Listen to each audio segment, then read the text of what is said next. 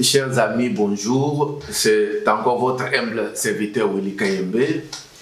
Je viens encore parler avec vous sur investir chez nous. Parlons de business, motivons-nous pour aller de l'avant, pour changer nos pays, pour que l'Afrique change, pour que la pauvreté soit chassée. Je viens aujourd'hui avec encore un thème très important. Je sais que ça va vraiment vous toucher, vous allez l'aimer. Voilà pourquoi n'oubliez pas de liker, n'oubliez pas de vous abonner et n'oubliez pas de partager. Aujourd'hui, je vais parler sur la Bible et l'éducation financière. Dans la vidéo précédente, je parlais de l'importance de l'éducation financière. Je parlais des changements de mentalité. Laisse-moi encore vous révéler encore un secret de l'Occident. Pourquoi les Occidentaux avancent? C'est parce que l'éducation joue un grand rôle dans tous les domaines. Lorsque quelqu'un vient en Europe et dit qu'il est jardinier, on va te poser la question, est-ce que tu as étudié?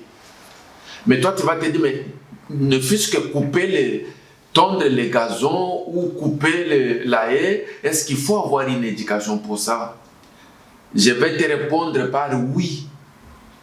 Parce que il y a des facteurs. Je te vais te donner juste un exemple. Lorsqu'il fait tellement très chaud, il ne faut pas tondre les gazons très bas parce que les gazons vont brûler. Ça fait partie de l'éducation d'un jardinier.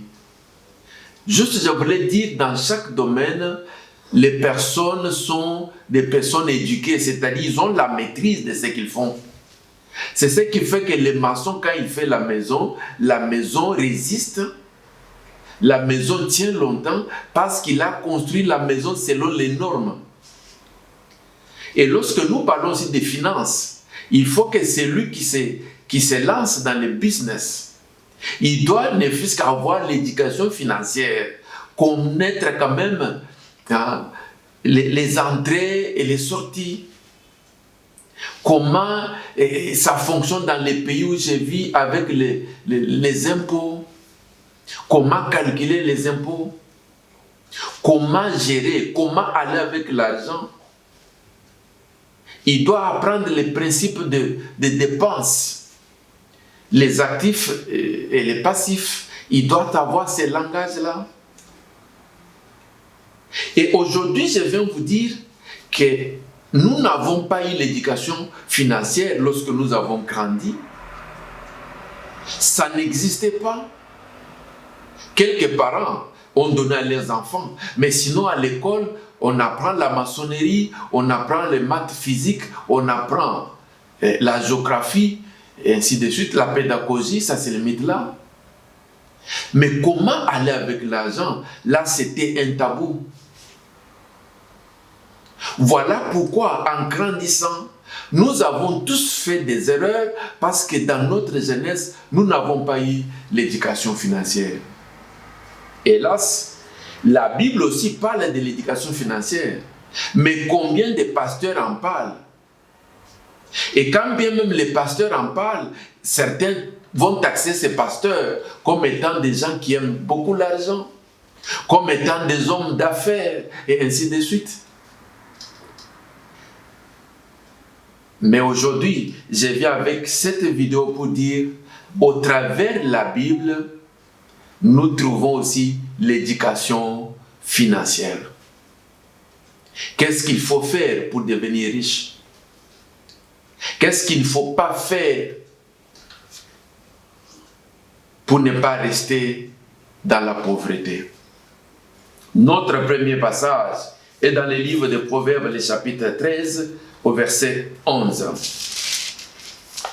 Proverbes, chapitre 13, le verset 11. Qu'est-ce que la Bible dit? La Bible dit ceci: la richesse mal acquise diminue, mais celui qui amasse peu à peu l'augmente. Waouh, quel secret! Nous parlons de business, nous parlons de comment faire des richesses. Mais attention, les richesses dont nous parlons ici, nous devons les faire dans les bonnes voies. Ici, la Bible nous dit clairement que la richesse qui est mal acquise, elle diminue.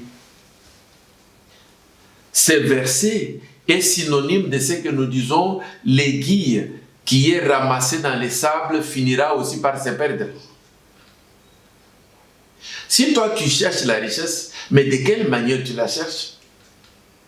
Ce n'est pas en vendant des drogues, ce n'est pas en trompant les autres, ce n'est pas en faisant le mal, en volant. Parce qu'ici, un principe divin clair, la richesse mal acquise diminue. Ça, c'est déjà une première leçon pour nous, pour dire la richesse que nous avons besoin doit être une richesse qui est cherchée dans de bonnes voies, dans les voies qui est agréable à Dieu. Mais on nous dit encore, mais c'est lui qui amasse peu à peu l'augmente. Il y a des gens qui veulent avoir toujours beaucoup une fois. Ce n'est pas mal. Mais si c'est dans de bonnes voies, envoyer des conteneurs avec des marchandises de valeur, où on peut se taper des centaines de milliers de dollars, c'est une bonne affaire. Mais de l'autre côté aussi, on nous dit, mais c'est lui aussi qui amasse petit à petit. Ici, je prends l'exemple de cet Américain, j'espère que vous avez vu la vidéo. Cet homme, cet Américain qui amassait des cents, il mettait ça dans des bouteilles, des années.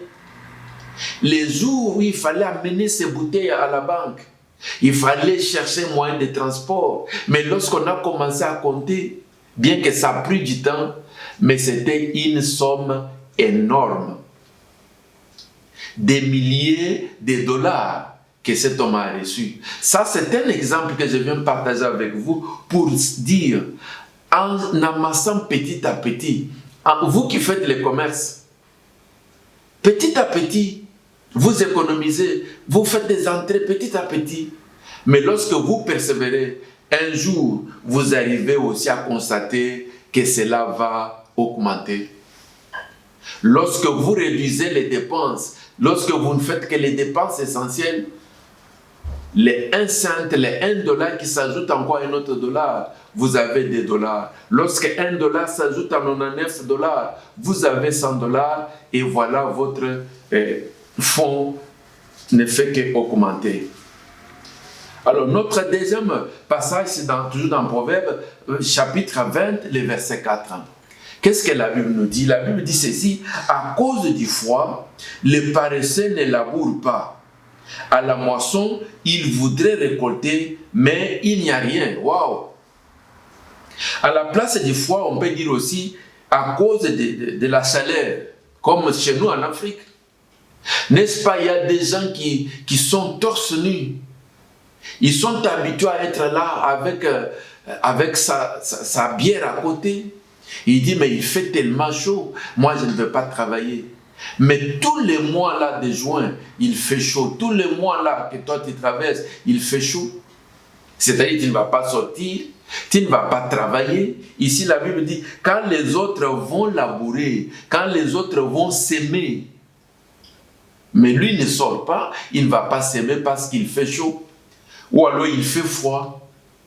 Mais lorsqu'il arrivera le moment de récolte, il va aller. Mais qu'est-ce qu'il va récolter? Il n'y a rien parce qu'il n'a pas sémé. N'oubliez pas le passage qui dit « Ce qu'un homme aura sémé, c'est ce qu'il moissonnera. » C'est ce qu'un homme, ce qu'il a sémé, c'est ce qu'il va récolter. Lorsque toi tu as sémé le maïs, il ne va récolter que le maïs. Mais c'est lui qui a aussi sémé les gazons, il va aussi récolter les gazons. Les gazons, on ne va pas manger. Les gazons ici, je vois, pour embellir la maison, c'est lui qui va s'aimer, il va faire des dépenses. Peut-être c'est votre cas. Vous avez 200 $, 300 $, vous achetez des habits de marque, c'est bien. Mais en quoi vous avez semé? En quoi vous avez investi? Parce que les 300 €, les 500 €, vous pouvez les investir. Et vous aurez des actifs, vous aurez des entrées. Mais quand vous achetez des habits, vous n'avez fait que les passifs, vous n'avez fait que des dépenses qui ne vont rien récolter. Alors ici, nous voyons aussi l'essence du travail, l'amour du travail, accepter les conditions. Bien-aimés, vous qui me suivez, interrogez tous ces gens-là qui sont devenus riches, ils ont traversé des moments difficiles.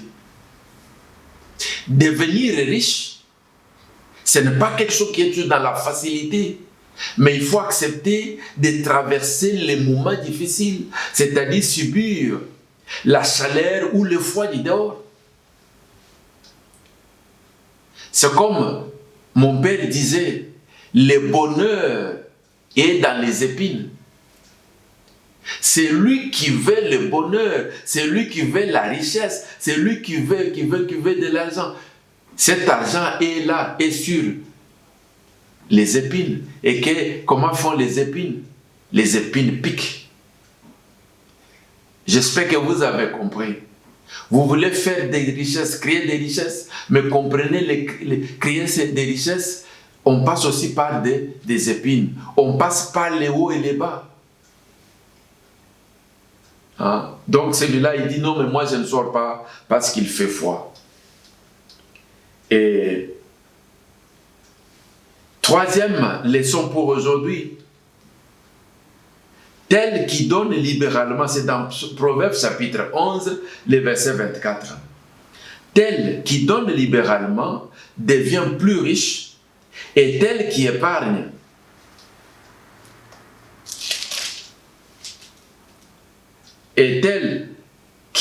à l'excès ne fait que s'appauvrir. Ici, il est question d'un autre secret pour devenir riche. Il faut donner libéralement.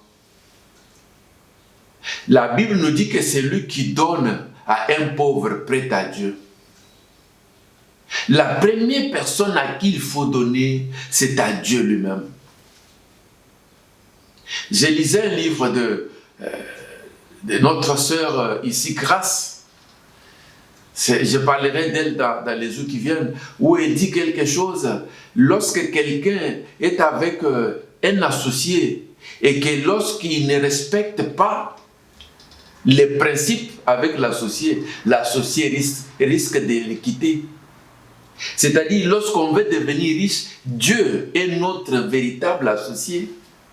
Il faut reconnaître qu'il faut donner aussi à Dieu. C'est vrai que Dieu, on ne le voit pas, mais c'est à l'Église qu'on doit donner. Bien-aimé, il y a un secret. Il y a des gens qui sont devenus riches. Il y a des gens qui ont compris cela, que lorsqu'on donne libéralement, et le Seigneur ouvre les écluses des cieux. Ici, je voudrais dire, une façon de s'enrichir, c'est chercher à marcher ensemble avec Dieu. Chercher à faire les intérêts aussi de Dieu. Avancer, promouvoir les intérêts de Dieu. Donner libéralement à Dieu. J'espère que ces 3 leçons pour aujourd'hui ont aidé quelqu'un. Et j'espère que dans les prochaines vidéos, nous continuerons aussi à en parler. Et nous comprenons que ce sont des leçons financières que Dieu nous a données au travers de la Bible, que si nous les prenons à cœur, nous allons aller de l'avant. Vraiment, que Dieu vous bénisse. N'oubliez pas de liker et de partager. Merci beaucoup.